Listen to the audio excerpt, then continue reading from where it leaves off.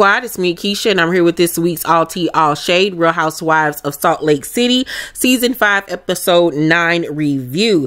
So we pick up where we left off last week with JB pulling Lisa to the side to tell her that Todd, Daddy Todd, said either she got to get it together or they got to leave. So they sit outside and talk because the walls are thin and they don't want anybody else to hear the conversation. And here go Lisa, fake crying again, acting like she's so hurt. How dare they? She is a ghost, honey. And it's like, girl, you the one put yourself in this predicament. You're ghetto. You're ghetto. Like, I understand y'all filming a television show, but it's a time and a place for everything. And like, you just on 100 at all times. And it's like, sugar mama, calm down. That's why all them wrinkles in your face, girl. Because you do too much. So instead of her taking accountability, she then decides to blame it on Whitney. Just blame everything on Whitney. She says that Whitney is the cause of her and Bronwyn's discord. Could be the furthest thing from the truth. The reason why y'all not clicking is because you've been fake towards her. You have not had her back. And you act like you don't like her. To be honest with you, you switched up on her as soon as she got on this show. And it's like, girl, admit it and keep it pushing. So they end up saying, does she really change any of her behavior? On a scale of 1 to 10, she probably took it down to a 7, but not really. Lisa then tells Bronwyn that it's hard to discuss someone else's feelings, talking about Heather. And she was still in a roundabout way sticking up for Heather at the lunch table when everybody was sitting down eating lunch. And then once again decided to direct the conversation towards Whitney by saying, you know, it's hard to discuss someone's feelings, someone else's feelings. But let's not forget that that heifer down there on the end lied on me. And her fat husband that looks like Mr. Piggy disrespected me and cussed at me. And Justin was like, what? Like, girl, you came up to me charging at me. What are you talking about? You could tell Daddy Todd was at that table fuming. He is tired of the foolishness. He tired of these grown folks arguing. I don't know if Bronwyn actually set this man down and explained to him and showed him what she was about to embark on.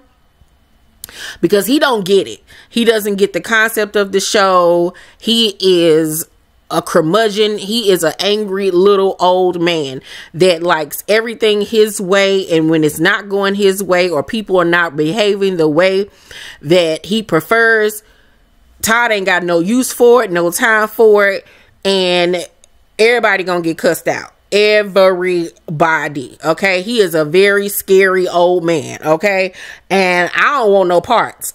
I'm scared of Todd. Okay, let me just say that much. I'm scared of him. I don't want no smoke from Daddy Todd. All right. And Lisa keep trying this old man, and he look like the type that'll put a hit out on you. I'm scared of Daddy Todd. So Lisa's husband, JB says that Lisa doesn't lie on anyone. She doesn't lie. And Shawn calls her out and says, didn't you call my wife a biznai? Because I could have sworn that happened. And Lisa was looking like, and the producers even flashed back to the scene where she called her out of her name. And Lisa in her confessional says, why is he talking to me? He's lucky I can even see him over the table. And I was like, you ain't have to talk about Shawn's height. Shawn is actually very sexy, and I really got into his sexiness in this episode when he had his shirt off. He could get it. No hair. If him and Angie ain't over there schmexing each other down, it's because he got another lover with the same parts he got. Okay? because they're both very attractive people. So they should really be all over each other, to be honest with you.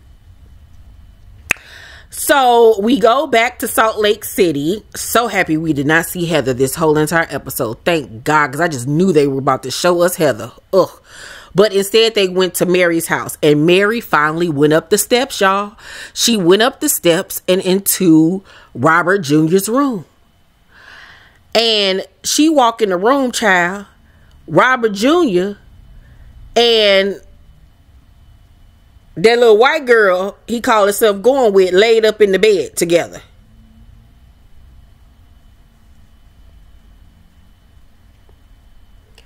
On my Patreon, where y'all can watch along with me as I watch the episode, as soon as they got to the part, I said, oh, hell no. Oh, my God. I was like, am I seeing what I'm seeing? No, this ain't laying up in the bed with a girl, let alone a little white girl at that, in the bed eating. Room is a mess. It's cluttered with stuff all over the place. I felt like I was gonna see some cocaine residue somewhere, child.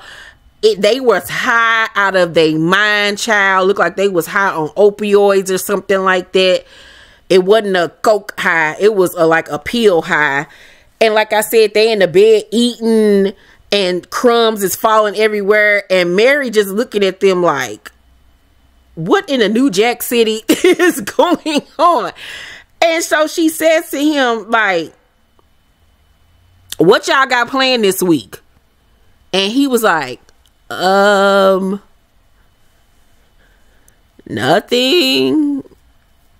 And he just tweaking, the little girl tweaking.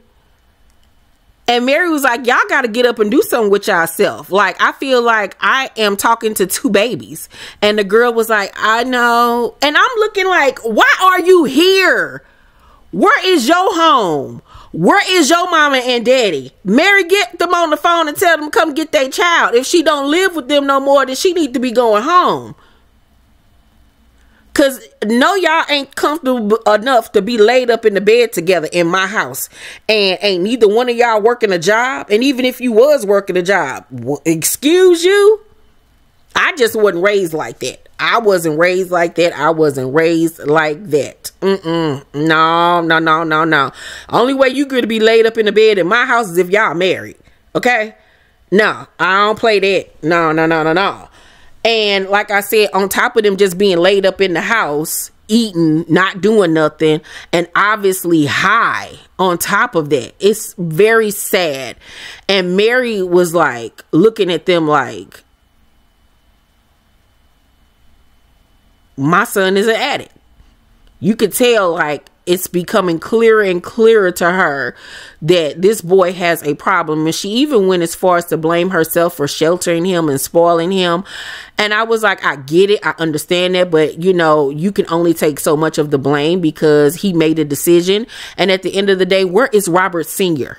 I don't think Robert Sr. lives there anymore.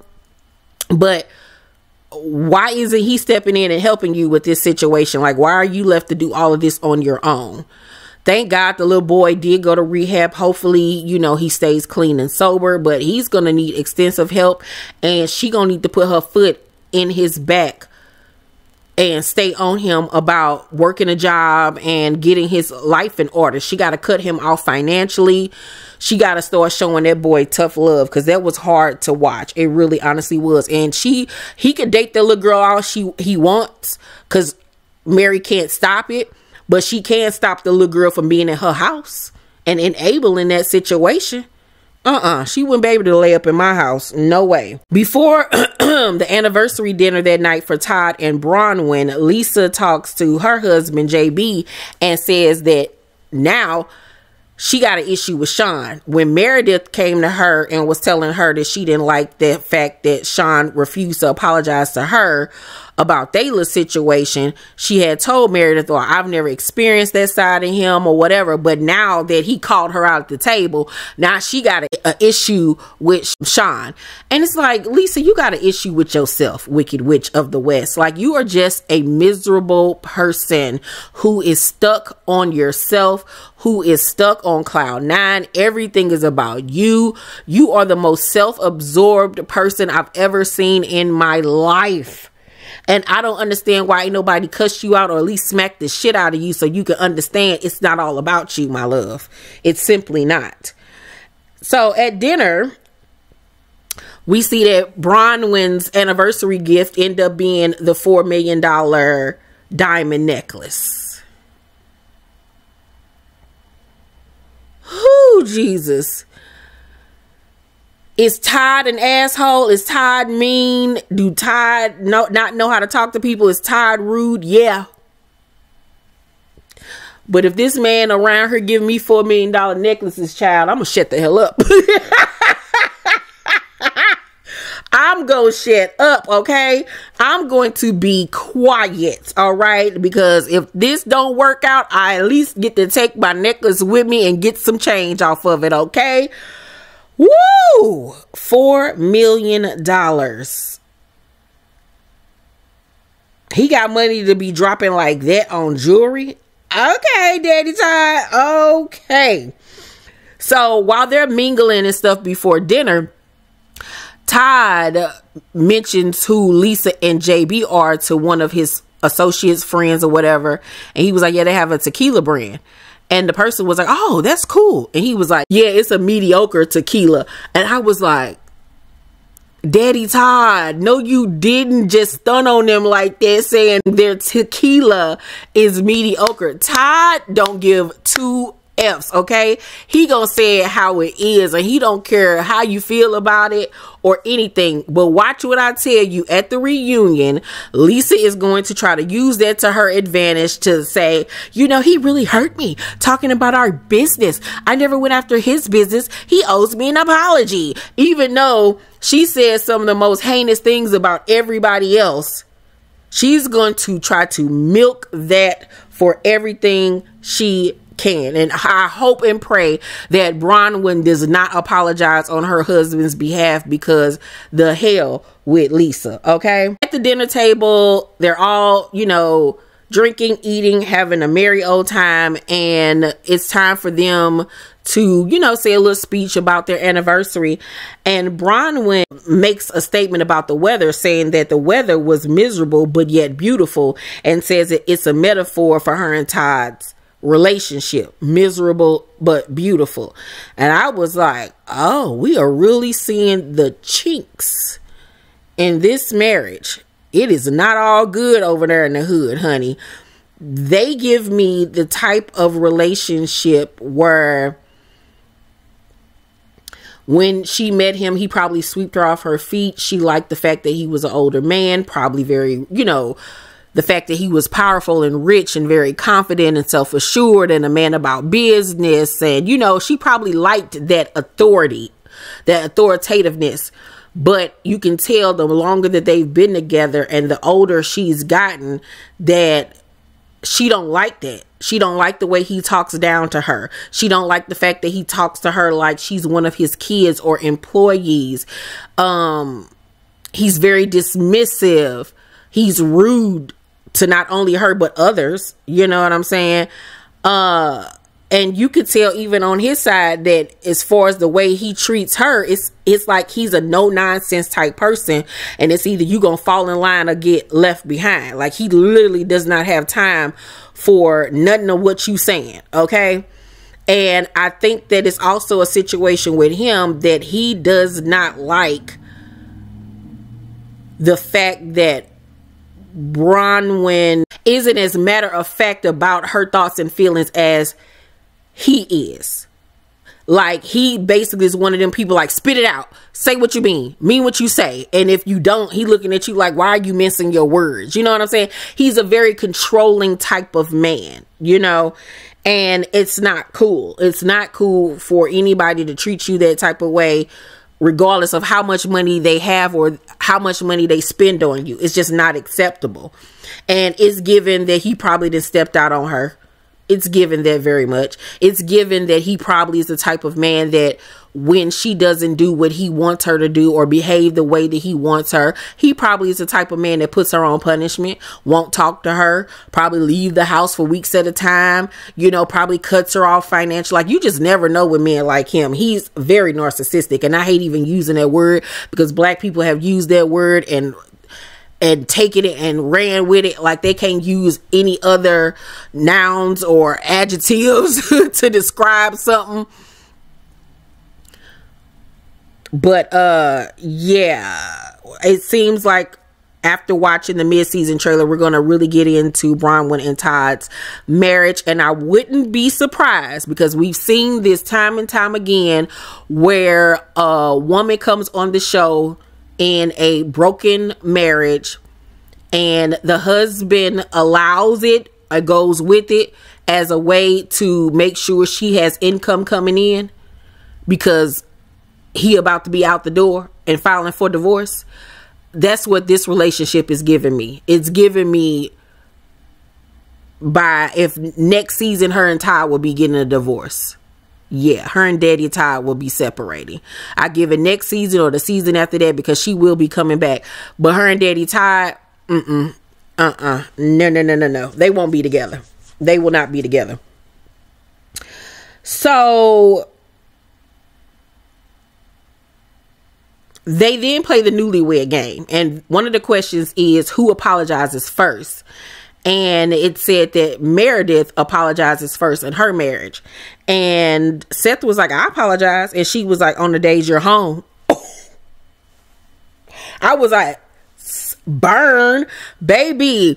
Meredith is sick of him. She's sick of him and she is tired. It has also been in the blind items that a housewife is about to get a divorce, and rumors are that it is Meredith and Seth and that she's going to file for divorce. I mean, but we've seen the chinks in this marriage since season 1, that Meredith has been miserable in this marriage. And I honestly think it's time for them to call it quits. You cannot have a marriage where your husband is gone weeks at a time, and then when you do get to see him, it's for 24 hours. Like, it's just not gonna work. It simply is not. And it's obvious that she does not trust him. It's obvious that she feels like he is cheating on her. Child, it's a mess. Then one of the questions was favorite schmexual position. And Lisa, oh my God, I don't want to say. I'm really private. Oh my God. And I'm like, girl, I can only imagine Lisa and JB having Schmeck standing up in the kitchen, fully clothed, his zipper down. She's standing in front of him, slightly bending over, eating a chalupa.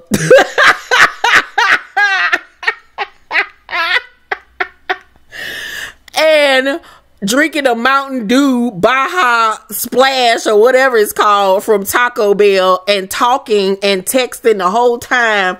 He behind her hunching, and he get his rocks off. Of course, she does not climax because she's so focused on texting and talking that she is oblivious to the fact that they even having schmecks. Okay, like, girl, bye. So then here go the messy question. Angie asks, who is your least favorite person at the table? Shawn says Meredith, child. And I was like, here we go. Here we go. So Meredith then decides to use the time to confront him about not apologizing about the remark that he made during a podcast interview.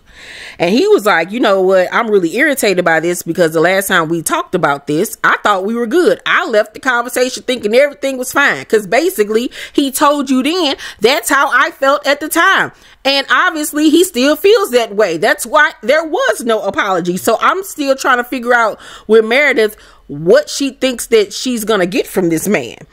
So Shawn then asks, what exactly did I say?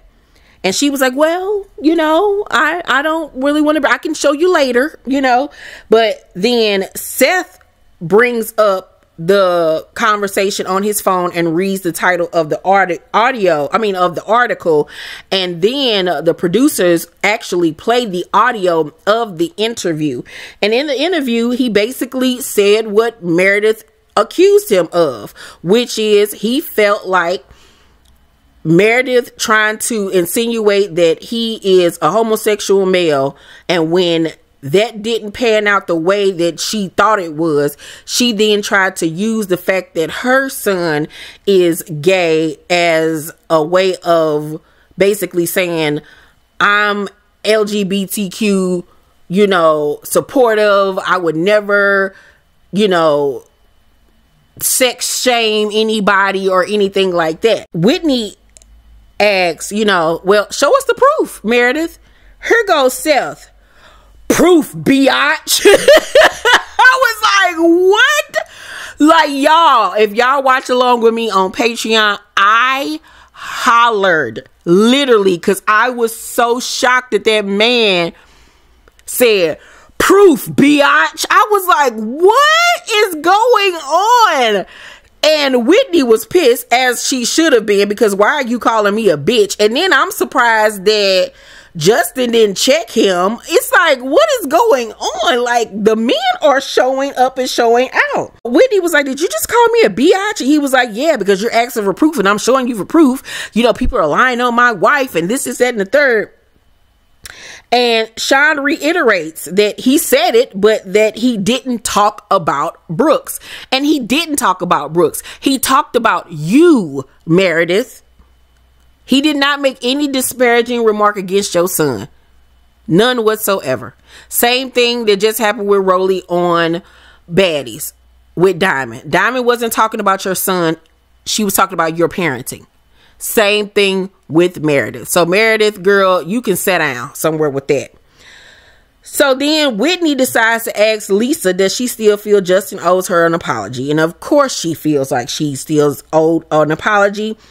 And y'all, I screamed at the computer when Justin apologized to this heifer. I said, no, like, stop. Do not give her the satisfaction of thinking that for 1 second she was in the right. And Whitney kind of even looked at him like, you really apologizing this bit? Lisa apologized to him too, but I feel like it wasn't a sincere apology, to be honest with you. It seems like she only did it because he did it, you know. Girl. So then Angie was like, okay, enough of that. Let's talk about something positive. Let's talk about Gwen reuniting with her grandparents. Baby daddy Todd said, no, she's not reconnecting. We're not going there. We're not discussing it. And I was like, ooh. Ooh, everybody at the table was kind of like, well, goddamn, like, okay, he said what he said. And Bronwyn was like, yeah, you know, it's a touchy subject. You know, Lisa was trying to help. You know, she's trying to smooth it out. And Todd was like, no, it is what it is. I don't care about none of that. None of what you talking about. You over here trying to be nice about it. No, I don't rock that way.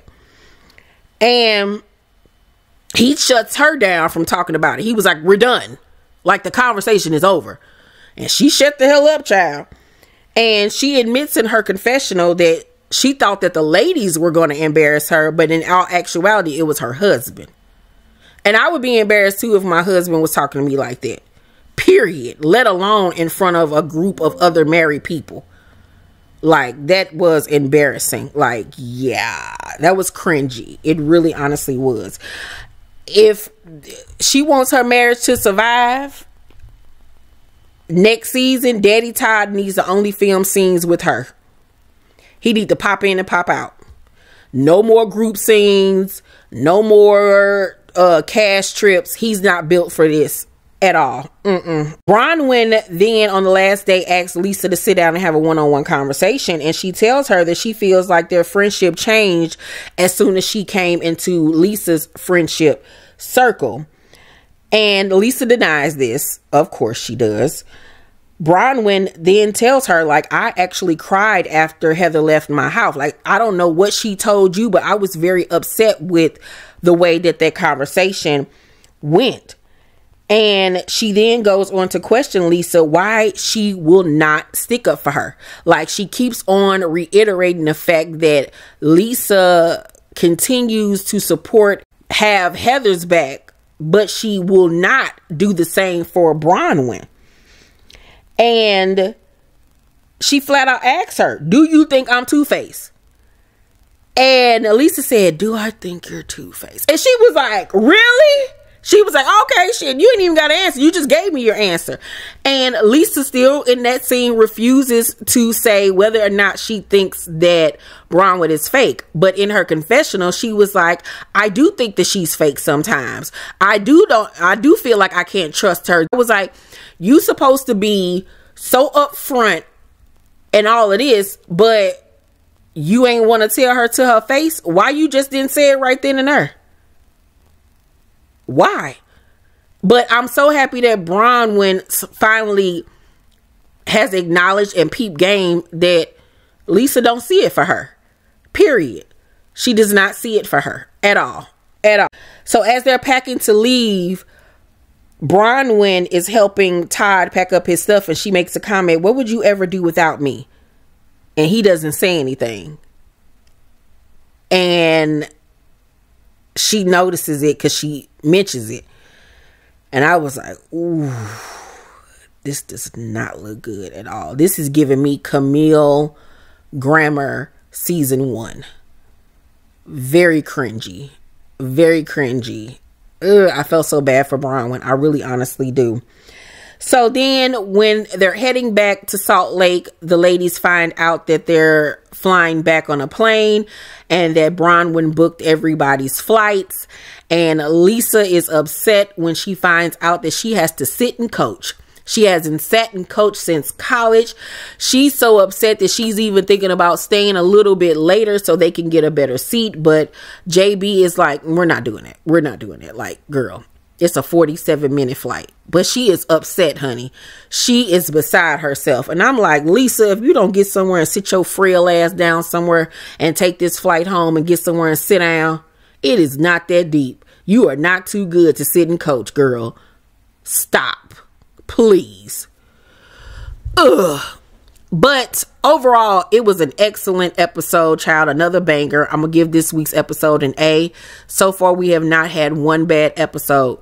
Not one bad episode yet. Loving this season.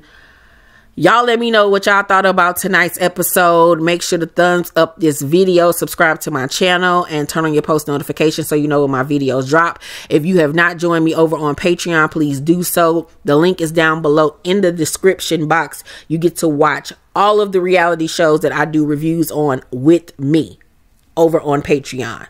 Yes. So join. The link is down below in the description box. Love you guys, and I'll see you on the next one. Bye.